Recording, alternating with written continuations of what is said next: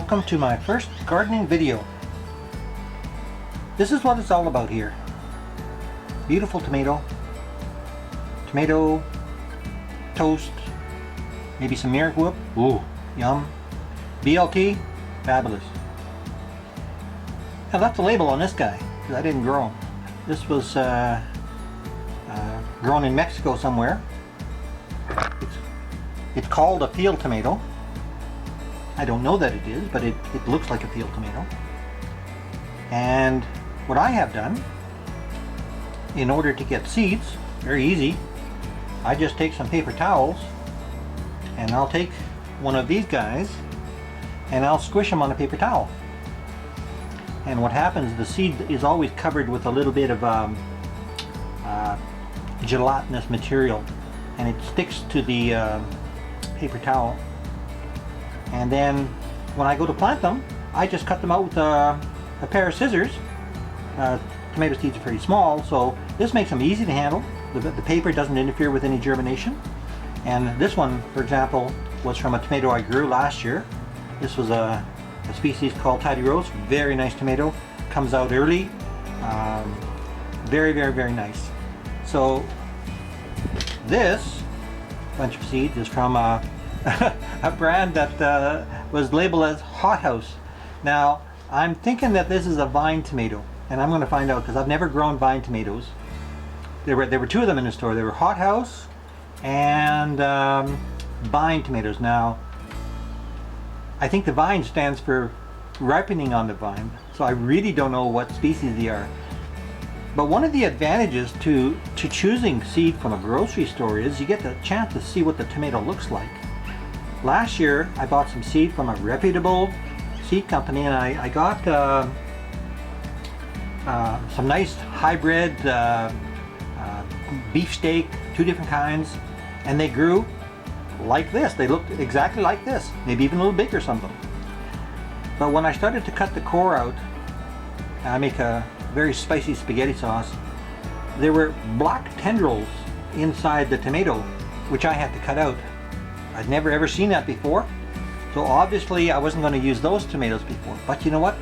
When you buy seed, you might get a little package and you got a picture. So if you're not real familiar with tomatoes and what type of tomato does what, I kind of like to see what I'm getting. So I'm going to be planting about 30 of these this year. So how do you get from the seeds to this guy? So this seedling is one of these guys right here, and he was planted April 1, and I've transplanted him once as he grew tall. And of course, when you're growing seedlings in your front window, they tend to get long, and you keep turning them, which gives them a bit of a workout, but they do tend to get long. So when I plant these guys, I usually plant them right up to the top. I might even take this one leaf off here, and but like anywhere else, everybody wants to plant and get out there in the springtime. It's beautiful, the sun is shining. I'm sitting here on my deck. It's like 22 degrees or maybe 72, 73 degrees Fahrenheit, and it is just gorgeous. So I've taken it from a greenhouse, and I live on the outskirts of Edmonton. So I actually live in 3 different growing areas. So my sister lives out on a farm south of Leduc, about 45 minutes southeast from here. She does not gain anything from any benefit from any air pollution or being close to the city, so she's as raw as it gets. Now, she gets frost in the fall, September 1. Oh, it might go to September 8th, but nothing much more. I don't get frost here till sometimes the end of October, and I'm on the edge of the city. Inside the city, they can even go farther because the heat is trapped by the city. So one of the nice things to get is a ripe tomato on the vine. So it takes a certain number of weeks to grow this. So how do you extend your growing season? Well, you do that by getting them out into the garden as early as you can. So one of the things I wanted to show you was a marvelous little greenhouse. It looks a lot like a 4-liter milk jug. In this case, it comes from a Save-On food store. I have used 4-liter milk jugs for 40 years. And you might say, well, how on earth does that get you anything? Well, what you do is you cut the bottom out, leave about a 2-inch tab. Now, right here, the end of the first week of June is really the last frost. So I'm going to be planting some tomatoes a little later in this video on May 12th. I'm pretty sure we're going to get another frost. And so what we're going to do is we're going to plant this guy, and then we're going to put this milk jug over top of it. Now, we're going to make sure to plant that tomato seedling well down, like I said. And this tab,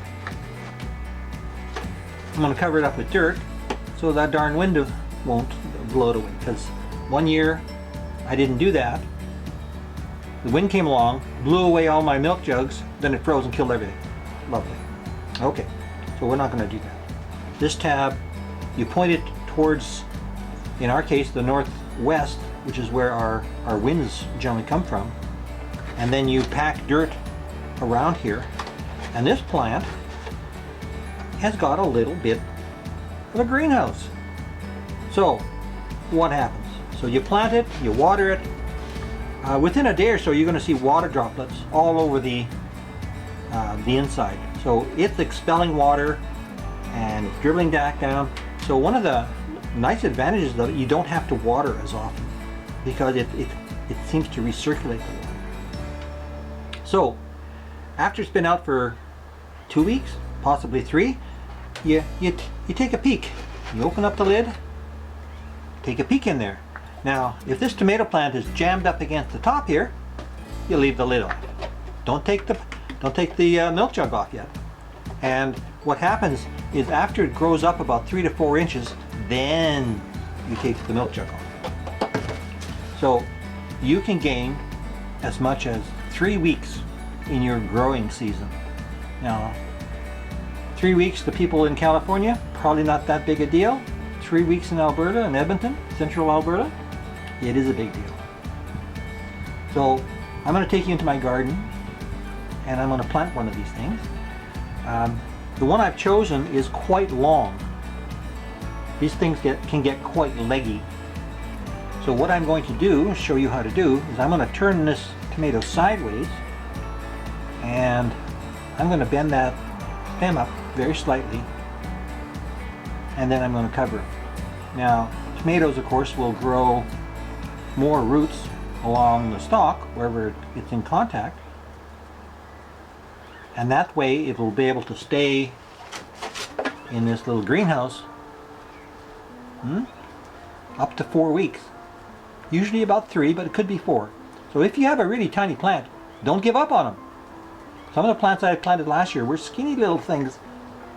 I didn't get the big tomatoes off them, but I still got as much as 10 gallons of medium-sized tomatoes off them. So I've got 70 tomato plants that I'm going to plant this year. My whole family loves tomatoes. I have an extended family that loves tomatoes. I had a bumper crop of tomatoes last year. I gave them some and they said, oh, it'd be nice to get some more. So that's my plan. I'm retired. I can do this kind of crazy stuff. And I even deliver the tomatoes. So what I'm going to do with this video, this is going to be a series of shorter videos.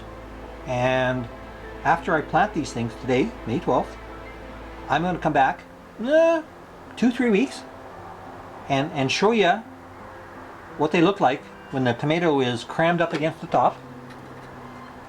And I'm going to take this lid off, and then about a week later you'll see me come back and this tomato plant will be growing 3 to 4 inches up there, and I'll take a little video of how you take it off. It's not a big deal. You just got to be careful you don't bust branches and stuff like that. Okay, thank you for joining me. So here I am in my garden. I've got my 4-liter milk jug over here. I've already got the bottom cut out.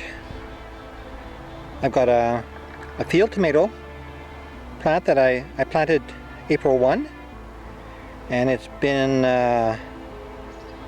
in the greenhouse now for 2 weeks.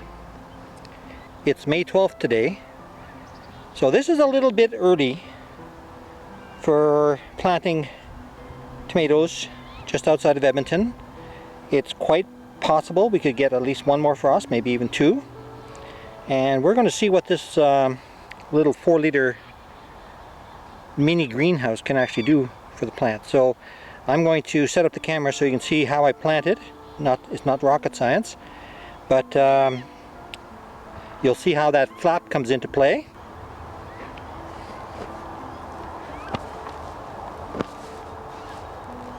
So this is one of the tomatoes from my greenhouse. This was originally started from seed on April 1. As I said before, it's May 12th now. This one is rather long and leggy, and I think the idea is to get them into the dirt about this high.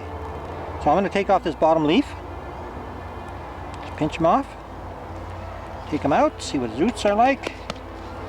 Oh, look at that. Nice roots. So I'm going to plant this kind of sideways, and then that's going to bury some of the stalk. You don't want to go too harsh. You don't want to do a 90 degree, because that will certainly break the stalk. But I've got that now right down to that first leaf, which is exactly where you want it to be. Now, beyond that, I've got my bottom cut out.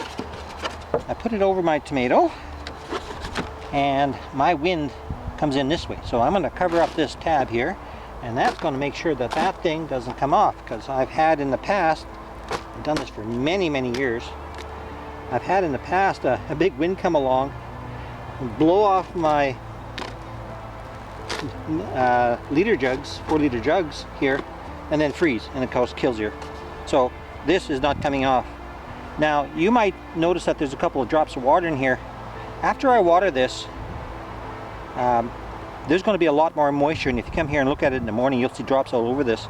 You don't have to you don't have to water it as much once it's in here. And what you'll do is every once in a while you come along and you open this lid and you'll take a peek. And if the tomato plant is pushing on the lid, you take the lid off. And after it's about 3 or 4 inches high, then you take the outside plastic, and then you're done with the jugs. So they can really help during a very minor frost. They won't save the plant at -3 or what is that, 28 degrees Fahrenheit, but they can shed a light frost, and that's what we tend to get here in Alberta.